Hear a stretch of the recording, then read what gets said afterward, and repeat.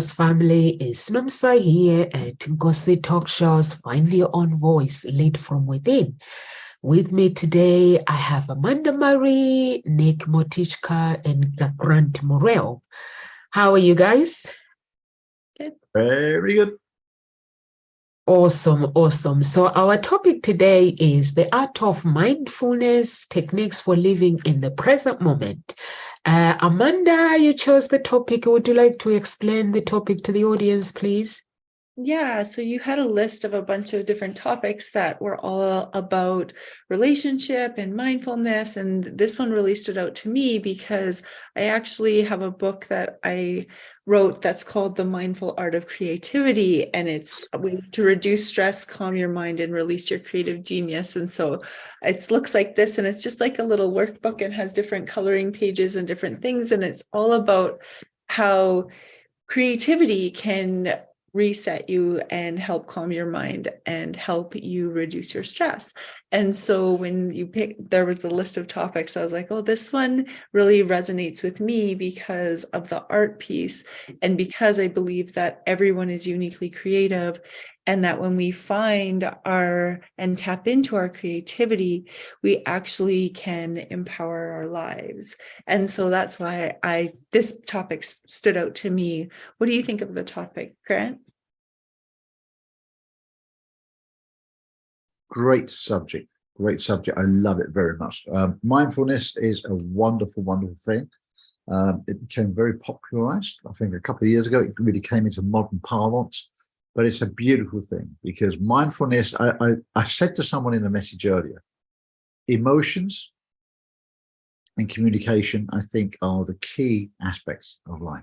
Really, they solve so many problems. And I think the more we can get into our mindfulness of things, more we can really get into the moment of what's going on, more we can understand the root of things and really not just symptoms, and really calm our mind. I think if everyone done that, it's great. You're not going to go further than that. And I actually think there should be some of this taught in schools. That's how important I think it is. And that's what I think about the subject. Thank you for asking, Amanda. Nick, what are you thinking? What does mindfulness mean to you, the art of mindfulness? Yeah, I think this is definitely an important topic for sure. And that's to get away from those unconscious thought patterns that are running in the background and mindfully putting the thoughts that you want to be running, having those be the predominant thoughts that you have in your day. And when you can get to that point, when your thoughts are have a positive kind of energy to them, I think you will immediately see the positive benefits in your life. The people that you deal with in your day-to-day life, they will show up differently because you're showing up differently in a different energy. Because when you're showing up and you're worrying about the future or you're ruminating about the past, you're not going to be showing up as the best version of yourself. And the people that you're dealing with, your family, your friends, your coworkers, all of the people you interact with in a day they reflect that back to you. Your energy definitely affects people and how your interactions go in a day. And so if you can affect that in a positive way, I think it's a really good thing for everyone. And so I'm excited to dig in here. How about you, Nomsa? Love the topic. Is very, I agree with you, Nick and Amanda and Grant. We live in this paced and constantly evolving world where we can easily be caught up in our daily chaos life with pressure at work, relationship, and personal goals, and it could often leave us feeling overwhelmed and disconnected as well. And this topic, I think, is just perfect to actually have this awareness of living in the present moment and embracing the life of mindfulness. Thank you so much, Amanda, for choosing the topic. That's what we need. I'm excited to hear more about what everyone says and what everyone thinks about the topic. So over to you, Amanda. So in my book, I talk about when you're stressed and overwhelmed, even making dinner can be a really difficult decision because you end up just like stuck in this anxious pattern of like, I can't function, right? And so sometimes making dinner ends up just being like ordering out or forgetting to eat dinner or overeating or whatever. But when you can be mindful, even there's like different courses and stuff you can take on mindful eating, where you slow down and you eat and you make sure you're tasting what you're eating and you're breathing while you eat, and really just slowing that down and trying to taste all of the flavors as you eat. And there's different techniques for even mindful walking. And there's actually in Think Like a Monk, Jay Shetty talks about how they walk the same path every single day, and they walk slowly and they're mindful and they notice. And then he realized that they notice something new each and every day. And when he first started doing this mindfulness walk each morning, he was like, this is boring. We're doing the same thing over and over and over again. But then as he got more into his journey as a monk, he discovered that there was so much beauty in that walk that he did every single day, and that he started to notice things that he never noticed before. And so that actually started to be something that he started looking forward to each and every day, was that same walk, because it wasn't the same walk every day. It's actually different each and every morning. And so when we slow down, when we feel the ground beneath our feet, when we smell the air, when we notice what's around us, everything changes. And so I think those are two techniques that you could use to really start living in the present moment. Some of the ones that I talk about in my book are linked to creativity and being artistic, but also not necessarily artistic, because I believe everyone's creative, and that when you get into that creating mode, you can truly live in the present moment, because all those other thoughts, all those other things that are constantly popping into our head, for me anyways, go away. I'm just in the moment painting, and Nick, maybe you're just in the moment when you're designing your shirts or creating there, or Grant, maybe your creative passion is when you are working with people and inspiring them to be speakers, and that's really where your creativity thrives. And Nomza, when you're helping people engage in relationship, that's where your creativity thrives. And so it's really about tapping in to how we best live in our present moment, because I think it's different for everyone, but there are definitely techniques that can help us to truly be in that moment. What do you guys think? I think it's an absolutely beautiful thing, and you put that really nicely, Amanda. I think it's great. And when I look at mindfulness, it ties into, when I coach my clients, I won't say it all here, but there's a section of it that I get into where you actually do parts of mindfulness, and it comes through the coaching. I have, obviously a whole syllabus I take them through, and part of it goes into understanding the senses, your sight, your sound, your hearing, your smell, your sense of taste. All these things are very important when it comes to emotion. And I think when it looks at it, there's three key aspects, as I see with mindfulness, three key aspects. And the first one is intention. Very, very important. Anything we do, you must have intention. I was talking recently about, when people do things right, even when people do things wrong, I always ask myself, was their intention good? I think intention is a very, very key word. So I think with intention, it's really about cultivation, and it's about cultivating your awareness. I think that's the key principle, not the step, but the principle behind mindfulness. And then it goes on to attention, to really to be attentive to the present moment of what's going on, and that's where those senses come in. Your sense of taste, smell, hearing, sight, and feeling. And this comes a lot into my world of hypnotherapy, is, I just get this, I feel anxious. Oh, you feel anxious. Where do you feel that? Do you feel that in your head? Is it in the chest and stuff? Where do you, and we go into modalities and sub-modalities of that.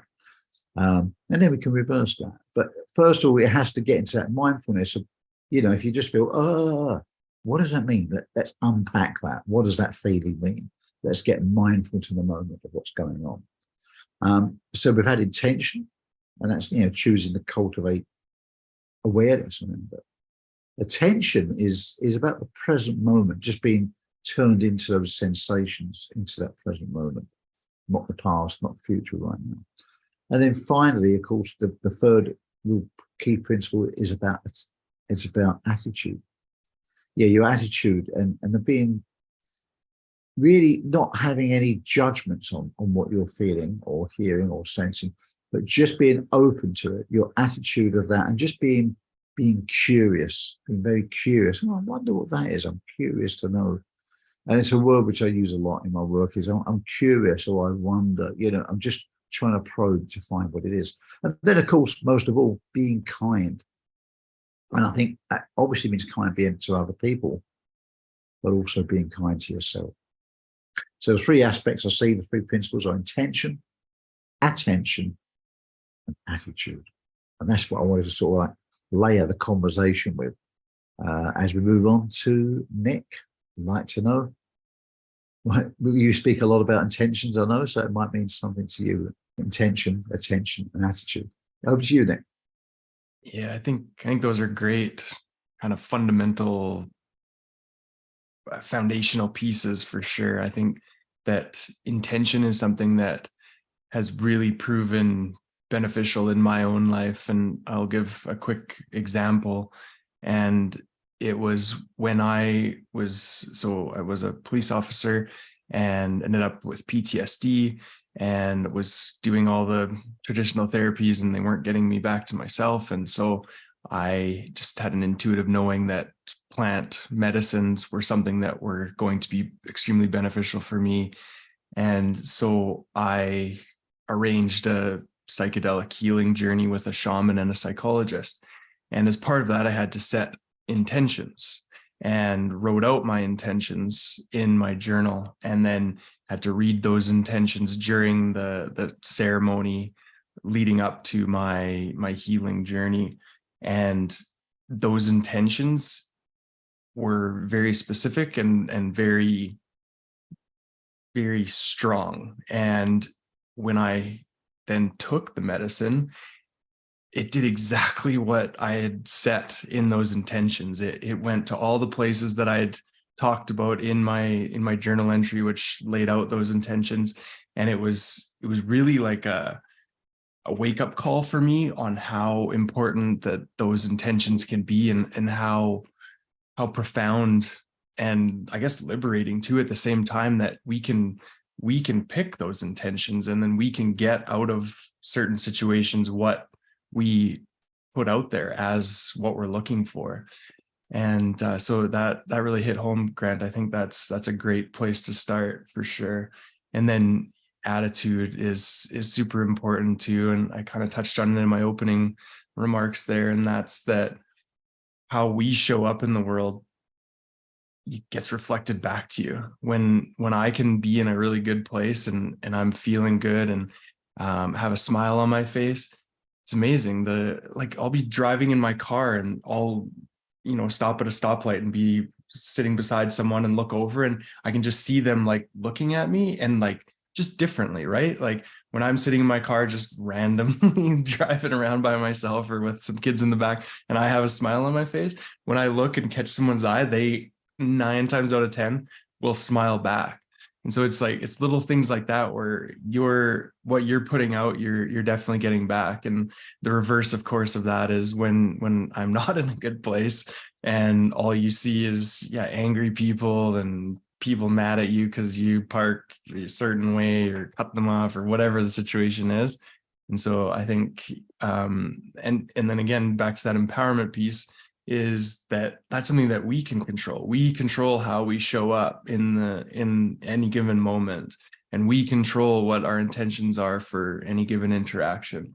And so I think a big part of this for me is to get back to living in the moment, is to be aware of these things and to just show up as the best version of yourself in whatever moments you're living, because worrying about the past isn't going to change it.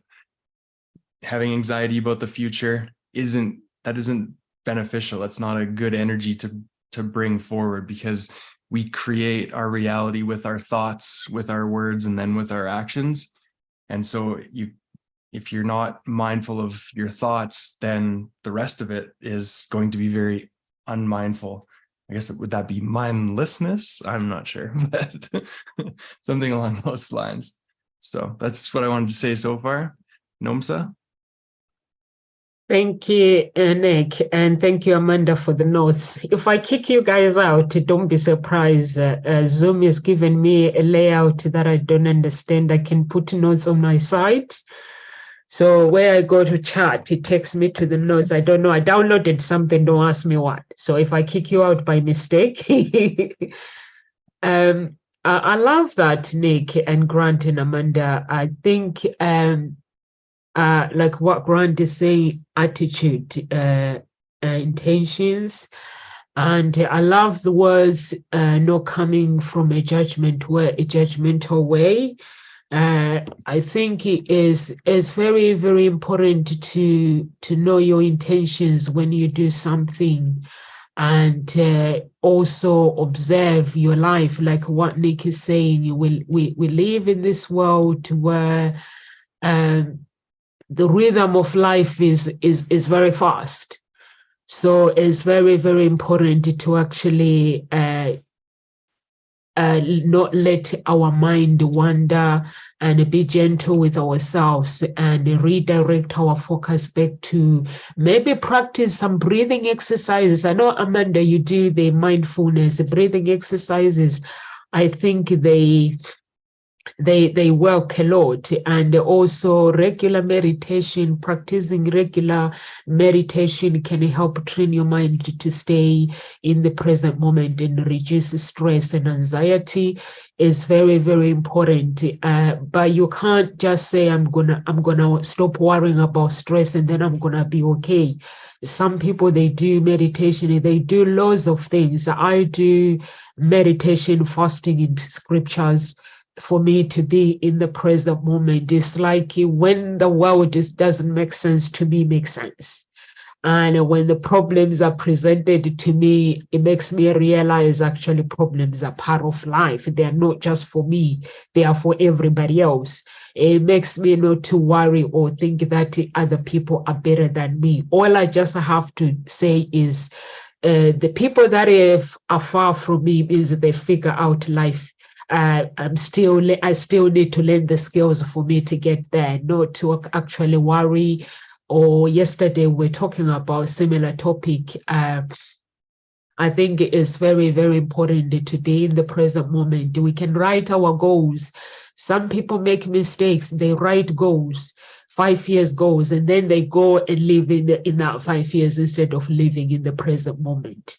So I think it's very, very important when you write your goals, what you see your life in 3 years' time, in 5 years' time, but appreciate this time and be in it, and be welcome whatever was to come in 5 years' time, and work for it, and embrace this present moment, and know that everything is gonna work just fine. I was talking to one of the parents this morning. I don't know what the conversation came in. He was like, "Oh, I'm not working today, so I'm gonna go home and relax." And I said, "Yeah, you do need to relax sometimes. We feel like we have to work. So then the conversation kept going on. He was like, "I can't trade my neighbors." And it was like, "We know where I live. My neighbors, they are like, if somebody buys a dog, when the other one goes and buy better ones, and they'll be like, I've got it, mine cost £2,000, and this one goes, mine cost £3,000. And the car, somebody goes and buy a car, and then this one will go and buy even better one." And I was like, that sounds exhausting, though. I would be like, I would be worried about my health if I feel I have to compete with my neighbors.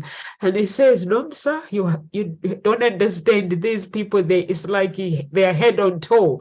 So he was like, "I'm just gonna go and hide, maybe just relax and see them later, because they'll be telling me what they've bought." I was like, You'll be fine. Don't worry. So it's just like sometimes life is, we have to go with the flow and do some meditation. Amanda, you do yoga, do some meditation, and just have something that keeps you going in life. Something that works for you. Everyone is different. But for me, what works is meditation, and meditating in the Word of God. That works for me. Over to you, Amanda. I like how you said we have to go with the flow of the day. And that's actually Nick's company is Flow State Designs. But it made me think of one of the techniques that I had read about, and I forget where I read it, was in the morning before you get up, think about your day and visualize everything that you plan on doing that day, and send a like positive, loving intention to each place and to each person that you are going to meet that day, that you plan to meet anyways. And then also, as you go through the day, recognize that it's not going to go exactly as you had planned. There's going to be ebbs and flows to the day. But when you set that positive intention and you send those positive vibes out before you even go and do those things each day, then you're actually already coming into those situations with that positive energy and that vibe, because we say that your vibe attracts your tribe, which is when you're attracting positive energy, and when you're doing like what Nick said, the way that we create our reality with our thoughts, actions, and words. So when you set the intention in the morning for positive interactions in each place that you know you're going, or each person that you know you're going to meet, then you're already in that higher energy. And so the likelihood of more positive interactions is actually going to happen. And then you're going to feel lighter and happier and calmer, and you're going to be able to make good decisions. You're going to be able to make healthy eating decisions. You're going to be able to make healthy exercise decisions. You're going to be able to make healthy mind decisions as well. So when you do get something thrown at you, you'll be able to redirect it in a positive. And something that constantly happens at my work is it's like, oh, we don't have enough subs again. Oh, don't get any preps. Literally every week this happens. Like there hasn't been a week this school year that we haven't lost preps. And because there's not enough subs in the system. And so every time we just like try to laugh it off or whatever, because we know, like, I go into the day being like, yes, I'm going to get all this done on my prep, and I'm going to do this and this, and I'm going to mark this. And then it's like, oh, just kidding.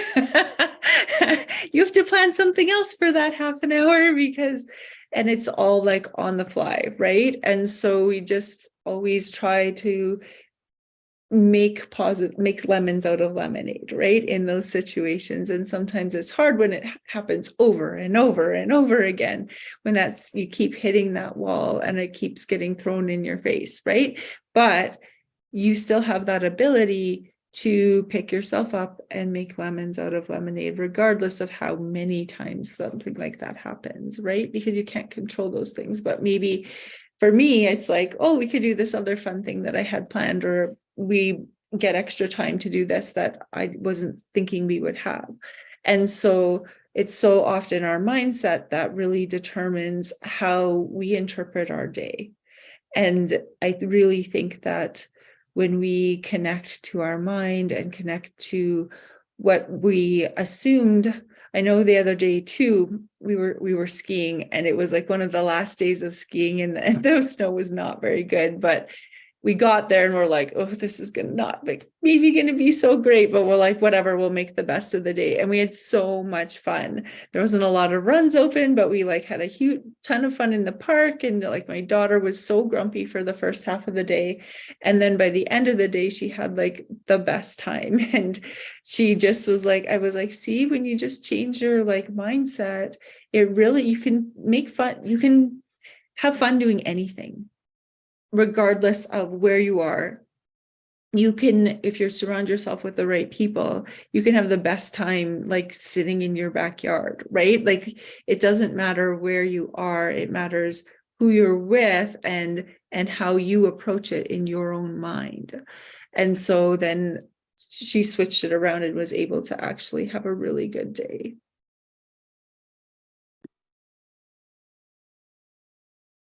Lovely thing to do. And of course, the great thing about mindfulness is exactly that. You can switch things around, as you said, and improve people's lives. And that's what it's all about. Because I think in our lives, we all get aspects, we all get times when things hit us and you feel odd, you feel knocked off, you're not really at your full capacity.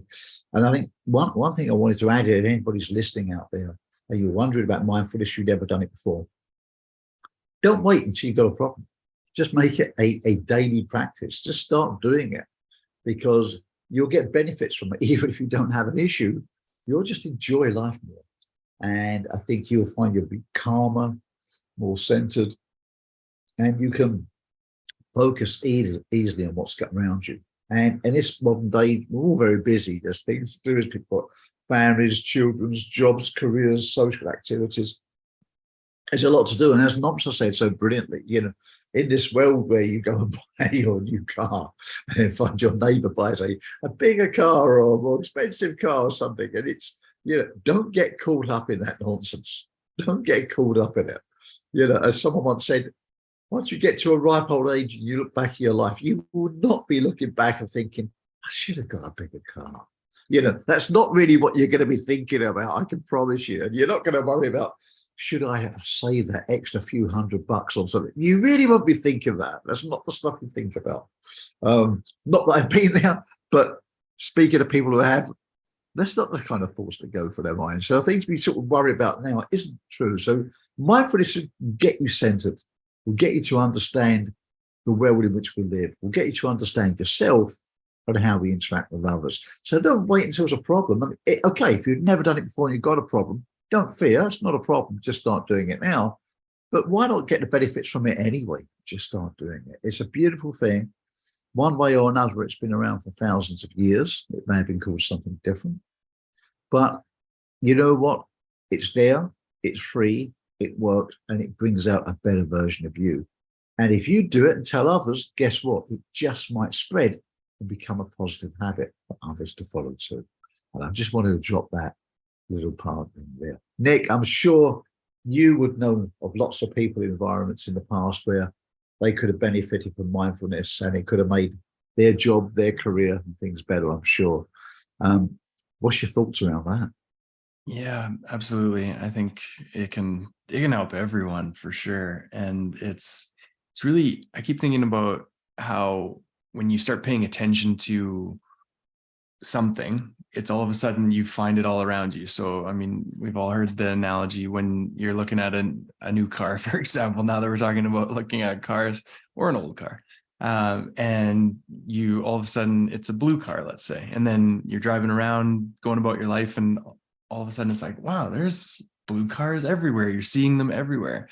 And that's how our brains work, our RAS or reticular activating system. That's how that works. It's the kind of the funnel or the net that lets in things into your consciousness or keeps them kind of in your subconscious, because there's just so much information bombarding us at any given moment. So your brain, your RAS is letting in that stuff that it thinks that you are wanting to pay attention to.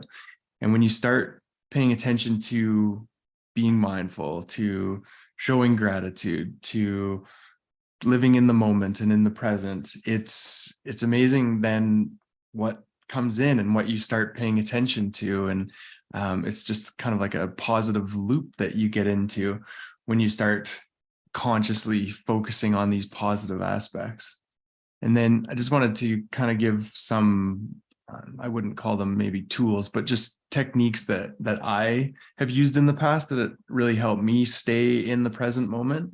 And I love what Amanda was talking about earlier there and about setting that intention or putting positive energy into what you know is going to be your tasks in the day or a meeting or whatever it is, and thinking about that as you wake up and thinking about it going in a positive way. And I love to do that. And that's something that I do most days. And I kind of think of it more like praying, but it's the same thing. It's just a different word.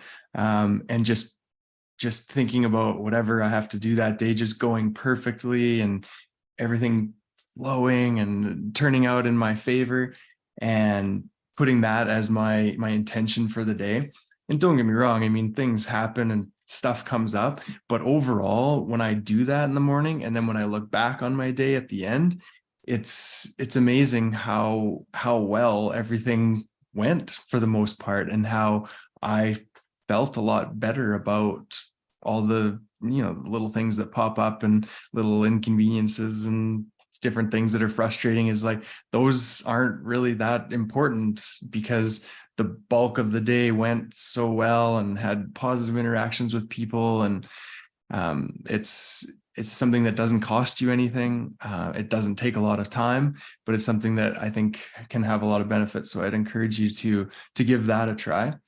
And then just simple things throughout the day is just to breathe. Just take that minute to take some deep breaths and realize what is going on in your mind. And if that's negative stuff, then try and just take a few minutes to clear that out. And I think it was Gandhi who said someone was asking him about meditation, and they asked him how long he meditates for, and he said he meditates for, I can't remember the exact number, I'm gonna just make up a number, let's say he meditates for at least an hour a day. I'm sure it's more than that, but and then he says, unless I'm busy, then I meditate for 3 hours. So that kind of puts it in perspective on, I guess, what's important from someone at that spiritual level. If when they see the value and what they need to do to stay grounded is to meditate at a huge increased amount of time compared to what they normally would if they're really busy, kind of puts it in perspective on what we all should be probably doing, right? To focus on what's important and focus on ourselves and getting ourselves right, because everything else we're just getting it reflected back to us in every interaction throughout our day. I've heard something very similar to that, where like a spiritual meditation teacher was talking to someone who was busy, and they were saying, you should be meditating for 5 minutes a day or 10 minutes a day. And the person's like, I'm too busy for that. And then they're like, well, then you should be meditating for an hour a day. Right. And it's that perspective, right, of like what is important. And I've read some things very similar to what you were just saying, Nick. I'm too busy being busy. I used to say those words that I'm busy, but when you start 5 minutes, and then you're feeling, you develop, and then in the next time you want to do it for 10 minutes, and then the next time 20 minutes, 30 minutes. You can develop time as you go along, because I think we have to make time if we want to live in this world where be happy and our lives are being fulfilled. We need to make time to actually for our well-being, because it is easy to actually keep working hard and pleasing everybody else, but at the end of the day, we need to have time for our body. We need to have time for our spirits, body, soul, and spirit. Our soul needs to be activated. Our spirit needs to be activated in order for us to be able to live this life that we want. Otherwise, we'll be okay, but you'll be like a walking zombie. If I can compare myself where I am now with where I was before, I wasn't in the present moment. I didn't know what was going on. And I can see it with other people. Like you hang out with these lovely, lovely people, and they do things, but they don't mean to do it, but they're doing it because, like Nick was saying, you mentioned that we need to be, when you start consciously staying in the present moment, you'll be alert of what is going on. But if you're not meditating, you're not doing anything, you'll be like a walking zombie that does not aware of what is going on. You are aware, but not really aware. You can do anything, you can say anything, opportunity can pass you because you're not really there. So that's very, very important to actually, and Grant, you said don't wait until you have problems to actually work on your well-being. our well-being is very, very, very, very important. And imagine if we all will put ourselves first, and this world will be a better place. The doctors will be less busy, but they are busy because some of us, we work 70 hours a week, and we take less time looking after ourselves. I like, Amanda, what you said as well, that when you wake up in the morning and just send good energy to whatever you're going to do in the day. And at the same time, be aware that the day is not going to go how you want it to go. And I think that's important because we make plans. This is going to happen, our expectations. When our expectations are not met, then we get disappointed, we get stressed and stuff. But if you say, okay, this is how my day, I imagine my day is going to be like, but I welcome whatever the energy brings to me. I'm just going to handle it in a proper way and just dealing with it properly. Dealing with it, it means you take care of yourself. And you know that every problem that comes your way, everybody's facing is not similar problems, but their own battles. So that is your battle from that moment. If you can fix it, fix it. But if you can't, don't actually blame yourself or just be hard on yourself. Be gentle. Like the way you'll be gentle with somebody else when somebody comes to you and tell you problems, you'll be like, everything will be okay. You want to give them a hug. You want them to understand that things are going to be okay. So you need to treat yourself the same way. But we don't do that. We should know better. We don't expect problems, but unfortunately, problems do happen. I had a client yesterday sending me a message. She goes, oh, by the way, your website, I understand your website is down, but can you let me know your price? I was like, what does she mean my website is down? So when I went online, yes, my website is down. So all the time when my website is down, I get to be told by clients. Normally, I check my website every day, every morning if it's okay. But yesterday I didn't. And somebody sent me a message in the afternoon and she was like inquiring, but your website is not working. And even now it's still not working because somebody has a password. No one knows what the password is to get into the website and just put it back up again.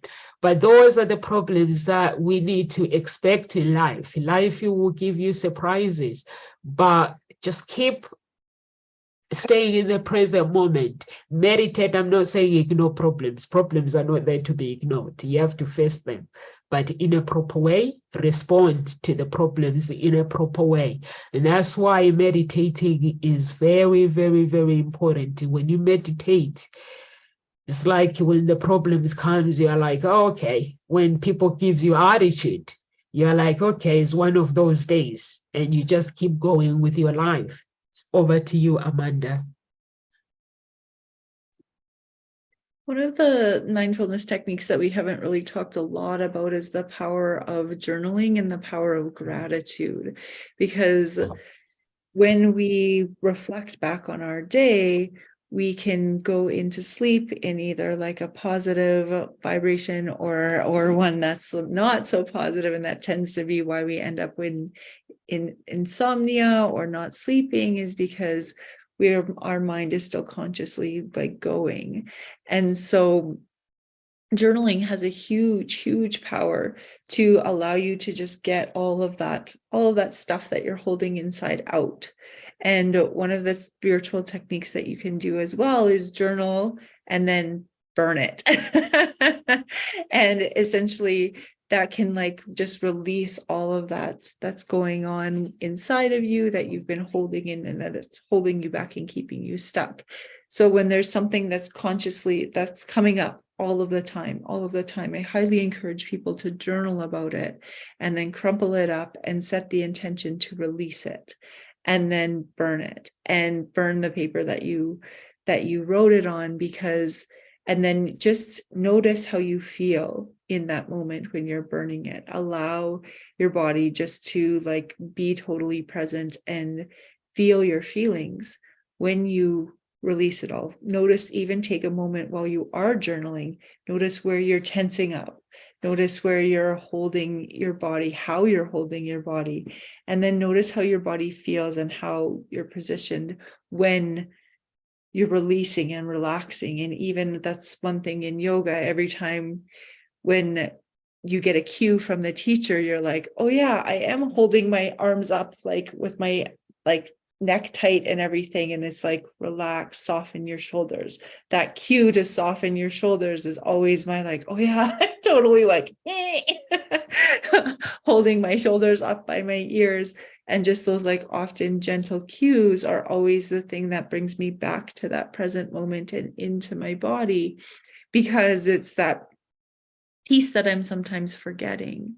And so when we notice, even if you just take a moment right now, the way you're sitting, where are you holding tension? If you take a deep breath and breathe in and breathe out, is some of that tension that you are holding maybe in your neck or in your lower back, did it just release a little bit? And how can you soften those spots that are holding tension? Can you just take some deep breaths and release and soften those spots with your mind? Or can you also go and stretch and do some body movements that are going to allow those spots to soften and relax? And even just if you're feeling tense as you're working at your computer, just take a deep breath in a moment and just soften your shoulders down and see how that changes your whole body's dynamic and how you're sitting. Because I notice for myself that it shifts me. What do you think? I think it comes back to exactly what you're saying, Amanda. It's that awareness. It's just focus on what's going on with you at that moment. And that's the most important thing. When we really dial into what's going on with us. Told you I'll do it some days if I feel a little bit odd, anxious, upset or something. I'll stop and think, what's going on with you today? What is it? What's going on? Let's just dial into this. What is it? Oh, that person said this or done that. And I'll think, and what's the big deal with that? And I'll dial into it and feel, where's that making me feeling? Where am I feeling that? And why does that? And then you trace it back and think, it's not that person. It's because somebody else said something like that before. And the ramifications of it were this. That's what's really upsetting me. So you dial it back. You become aware. You become present with what's really going on. And there's a technique which I use with people for that. It's a more extended version. Once you locate where you feel the problem, in your neck, your shoulder, whatever. There's all different ways you can deal with it. And there's a different subject for a different day. But it comes back to exactly what you're saying. First of all, it's becoming aware. When you feel a little bit off, you feel a little bit anxious, you feel a bit worried, or, you look at it. When therapists are out there, therapists, coaches, we're trained to watch people and watch. What was that? What was that they just did? Or I noticed that made you think of something just now. What was that? Did it take your mind back to something? And you can dial in and see what it is, and you'll see a little hand movement or a gesture or a little lip compression. Something's going on, or just anxiety flash across their face. Like, what was it what I said there? It took them back to a time when they was less than happy. What was that? And quite often they're not necessarily aware of it themselves, as we aren't aware of ourselves, right? Other people can sense us better than ourselves sometimes. So sometimes this can be a bit of a tag team. You can have colleagues who can help you with this and look at it, dial in. And I think what a lot of us as therapists, coaches, trainers do. And once you notice it, you can dial in and then call their attention to it. And when they do, they're like, oh, yeah, that's what it is. I didn't realize that. Of course, the art of it is, if we can start to be more mindful with ourselves, we can start to pick that stuff up for ourselves. Some of it we can, some we can't. But mindfulness is a beautiful, beautiful tool to press that reset button at the beginning of our day. And I love the adage that was said earlier, is that, because we get this sometimes when people, I see this in businesses, right? People are busy and the problem's building up, and you're like, you need to hire another member of staff. You need to hire this, but I'm too busy to train them. I'm too busy. And then it's like, you need to get a coach. It's like, oh, I'm too busy. Like, yeah, that's why you really need one, because that situation isn't going to get any better. We need to do it. So I love the adage of mindfulness is that meditate for or do mindfulness for 5 minutes a day. And if people are too busy, yeah, in which case you need to do it for an hour. I love that. So yeah, doesn't matter. I think the trick of it is, doesn't matter how little time you've got, just do it. And you know what I've always said to people, you're in an office, you're busy, you can't leave, da, da, da. I get that. And my super trick for all of these things to that is just excuse yourself and pretend to go to the bathroom for a few minutes. And that, because everyone can do that. No one's going to stop you doing it. Just go to the bathroom, sit there, be mindful for a few minutes. Do that. No one's going to know. And that's where you'll get your reps in. That's where you'll do it. Just do that. It's like everything. How do you do it? You just get started. 5 minutes a day, whether it's 5 minutes before the kids get up, whether it's 5 minutes after they've gone to bed, whether it's 5 minutes, you just excuse yourself and pretend to go to the bathroom and do it. However you do it, or 5 minutes in the car. You know, you draw up after work and you think, love the family, love the kids, but it's going to be chaotic before going. I just need 5 minutes myself. Just park in the street round the corner for 5 minutes. Just take 5 minutes and do that. Center yourself and go back in. Great thing to do before you go to a big meeting. All right. And Amanda, I know how you love those boardroom meetings where you've actually got to sit there and come up with creative ideas. And you're like, that just doesn't work for me. It comes to me naturally throughout the week. So something like that for you would be, you know, obviously something you think, oh man, this is not me in my natural flow. A great thing. Just go to the bathroom, just do a bit of mindfulness. But I guess you've got that one handled already because this is your key subject. That's just what I wanted to add in. Nick, over to you. You were talking about having someone else point out when you're, you know, falling off a little bit or acting a little off of your center or a little lower than what you normally would. And that's something that definitely has been a real thing for me. And that's before I mean, this is obviously an ongoing process to be more mindful and to catch these negative thoughts earlier and to shift them.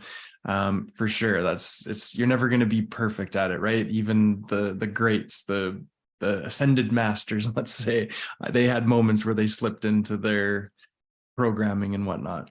But for me, I would wake up in the morning and be going about my day, and I think I'm doing okay. Like I feel like it's just a regular day. And then all of a sudden my wife will be like, what's wrong? And I'll be thinking to myself, well, I think I'm good. But every time she would do that, I would go through my whole day. And then I would, at the end of the day, I'd be like, oh yeah, I did feel really anxious today, or didn't feel good at all. And she could pick up on it like the minute I was up and about and interacting with the family, whereas it took me the entire day to just have a kind of a crappy day and then to reflect back on my day at the end of it before I finally realized that something was up. So for me, the lesson in that is to the importance of being able to catch that earlier and then do something about it to shift that. And then I think we've talked about a number of good things you can do, but gratitude is huge. Taking time to do something that brings you joy is always going to be beneficial. So Grant, I think it was last week you talked about how when you can get someone in their business doing something that brings them joy, I think was kind of the way we were talking, and then how it reflected back in their sales or in their business's performance when they were doing that in their personal life. And I think that's so important. And for me, that's been something that I've definitely noticed. Sorry, Grant, you had something to say? Yeah, you're absolutely right, Nick. And you, I couldn't think for a second, but I remember. There's a client I've got who works in the movie business, and yeah, he happens to live near mountains. He loves nature, and we've literally tracked it on his tracking system that we've created with him, and it's quite obviously if he doesn't spend 2 hours on a weekend out in the mountains, he is a little bit more difficult for his staff to deal with. They get a little bit scared to approach him because he's a bit snappy. They've got some great ideas, so those ideas don't come out into the light. He isn't at his best, and he doesn't have the patience. Well, he has a little less patience to spend time on the phone with clients and prospects. When he does that, although you may feel it's a waste of time or it's too much, when he does it, his sales go dramatically higher. So this is then we said, can I hold you accountable to actually make sure you do that? And we track that. We track that now. We hold it that he has to. And if you go, why do you not do that? You know it's business critical that you go out and have a great time of a weekend and just go and track it. Now, you know, of course, going in the mountains may not be applicable for you if you're in the middle of a city, and it may not be your thing anyway. But the question is, what is your thing? You know, I work a lot, but I also do things I like, because you've got to create that balance, because otherwise it isn't sustainable. You've got to do it. So, and that's important for you busy mums out there and fathers, and, you know, fathers who feel like they're just a walking checkbook, mothers who just feel like they're a slave to the family, and for even kids at school, all of us, you know, we've got to do things we like. If you're, I'm not going to give parenting advice, but yeah, if someone's parenting kids, don't make them into the trophy kids where they're just doing homework 16 hours a day. You know, they've got to have a little bit of laugh. They're kids. They've got to run around and have fun and create that balance. And I think that's really important. The lesson isn't just for my client, it isn't just for me, it's for all of us. So yeah, thanks for reminding me about that, Vic. Back over. I think that's so amazing to highlight how important that is, where you can, you know, get caught up in that busy being busy, right? And get caught up in that cycle and forget that there's positive, like you've tracked it, like actual business, hard numbers, a difference when he goes out and does those things that brings him joy. And I think if we were able to track any of our lives or any of the people around us, we would see the same thing. And it's kind of counterintuitive, because you think, well, if I'm busy, I just need to get everything done. Whereas when you take that time out and show yourself, I think for me, that's self-love, right? Is showing up and doing the things that bring you joy. And that will come back and be a net positive for you in your life, in business, in your personal endeavors, in every aspect. It all starts with choosing yourself. And I think Nomsa mentioned that earlier, and it's the old analogy of the airplane, and when the oxygen masks come down, right? It's, you got to put yours on first, because you're not going to be able to help anyone if you're not able to breathe. And that's, I think, a great analogy for life in general, is that we need to take care of ourselves first, and then everything else is kind of just takes care of itself in a way, right? And it just, everything goes so much smoother when we do that for ourselves. And gratitude, you mentioned gratitude processes. Again, something which I take all my clients through. It is a whole process for it. There's different ways of doing it, but I've got a process for it. And it is very important, because, you know, we all have problems in life, challenges, call them what you will. But when you actually note down the things you're grateful for, like, and I'll ask you all now, if you're listening now, we'll just say 5. What are 5 things you're most grateful for right now? Now, what kind of things? Now, I don't know. I'm pretty grateful for this cup of tea. I quite like it. Yeah. So it hasn't got to be something monumental or massive. It could be the love of your family. It could be that. It could be the love of God. It could be that cup of tea. There's no right or wrong answer. It's just what it is for you. What are you grateful for right now? And when you do this every day, you'll find that some of the things people always ask me, have they got to be the same things? Have they got to be different things? No, whatever. It doesn't matter. If they're all the same things every day, fine. If they're all different things every day, it's fine. In experience, you're probably going to find some of those things are constant, some of those things are dynamic and change. That's absolutely fine. But just do it, because it starts to rewire your brain. It starts to tell your brain that no matter what's going on in your life, you're already really rich in certain areas. And most of us are. We've got love, or we've got health, or we've got happiness, we've got food. Even get grateful for paying that gas or electricity bill. Why? Because it means you can cook nice food. It means you can have a lovely hot shower and get fresh in the morning. Yeah. So start to see those things not as a, oh God, I've got to pay the bill. I'm choosing to pay the bill. Ah, great. More hot water, lovely, more electricity, nice lighting, computer. I can learn what's going on in the world, do this, or whatever, whatever it is. I can research those pair of sneakers I want to buy so I can do jogging or go out into nature at the weekend. Try to tie everything into a positive association. Once you start to do that, become grateful of it, and you start to notice how you look at life differently. You start to hold yourself differently. You have a more positive outcome. You smile more.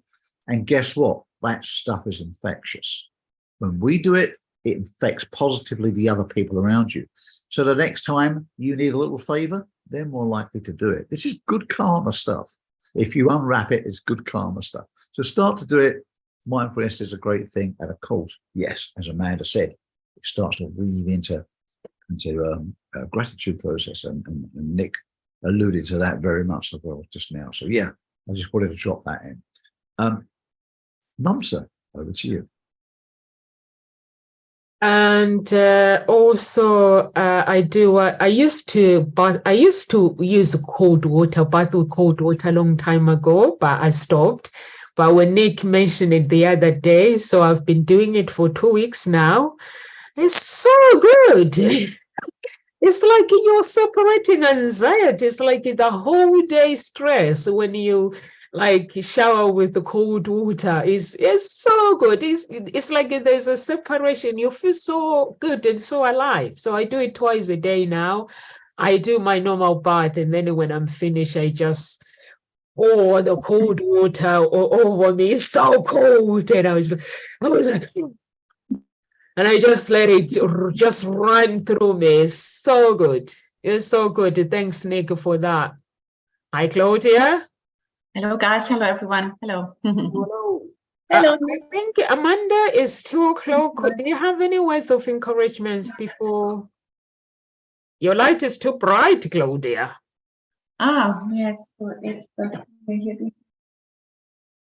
Yeah, so to recap for the Art of Mindfulness techniques for living in the present moment, we've covered a lot of different techniques in the last hour, from intention to attention, to your attitude, to journaling, to your mindset. Really, your actions create your reality and your thoughts create your reality. So it's really about how you approach everything. And then things like mindful eating and walking and just really becoming aware of your mind, body, and spirit essentially is one of the things that are going to help you calm your mind and live in the present moment. And so I really love so much of what we covered because there's so many techniques that we covered today. And if you go to my website, I actually have a free digital version of this book, which is The Mindful Art of Creativity, which you can download. And then, yeah, there are a couple of mindfulness techniques in there as well. Nick? Yeah, I agree. We've covered some great stuff. And I think at the end of the day, it just comes down to, number one, is choosing yourself and showing yourself self-love by just getting started. You don't have to become Gandhi on your first day, but you got to start somewhere. And whether that's just paying attention to the sunrise or something, the bird chirping outside your window or whatever it is, just to get you grounded in that moment and to get you to focus on the beauty that surrounds us in every moment. And I think nature is huge too. Even if it's getting outside for a few minutes and being in nature, and hug a tree. I love hugging trees.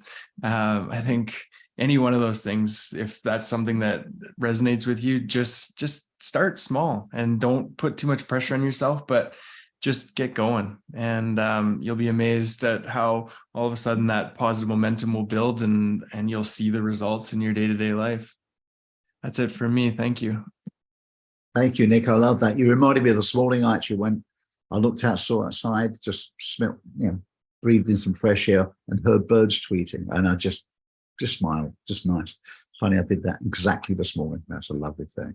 Yeah. Okay. So when it comes to mindfulness, the art of mindfulness, yeah, and it is an art form. So it is something that's fluid, is something you can actually play around with. But remember, the key aspects are, firstly, intention, set an intention. So remember, just take, even if you're challenged at 5 minutes a day, and you can find 5 minutes somewhere, I know you can. Even if you have to excuse yourself and go somewhere private and do it, you can do it. 5 minutes a day, get creative with that. Set an intention. And then from that, it is attention. Spend attention on the things that are going on with you. Spend attention, dial into that. Really get into those modalities, the sight, sound, taste, smell, and hearing of what's going on with you. And then after all of that, really, it is about the attitude. It is the attitude that you adopt. And all the other things you can then start to strap on. But start small, keep it simple, but most of all, just do it. I'm Grant Morrell, an international speaker, coach, trainer, and an international best-selling author. And myself and my international team have helped thousands of people across the world to increase profits, have less stress, more fun and fulfillment. And if you want to know more, you can find me on Instagram at grant.morrell. Take care. I hope you've enjoyed that. Over to you, Nomsa. Thank you so much. Thank you so much, guys. For me, my words of encouragement is enjoy every moment of your life. If you have to enjoy that cup of tea in silence, just do it. These intentional practice, they'll provide you with a sense of structure and grounding in life. Just do what you think is good for you, but don't be this person that work. Problem set goals. Nomsa says set goals, have a vision in life. At the same time, look after your well-being. Is very, very, very important. So we are here at Ngozi Talk Shows Monday to Friday, 1 p.m. UK time. And if you want to connect with the coaches, please do. And live with grace, everyone. And God bless. See you tomorrow, 1 p.m. UK time. Take care.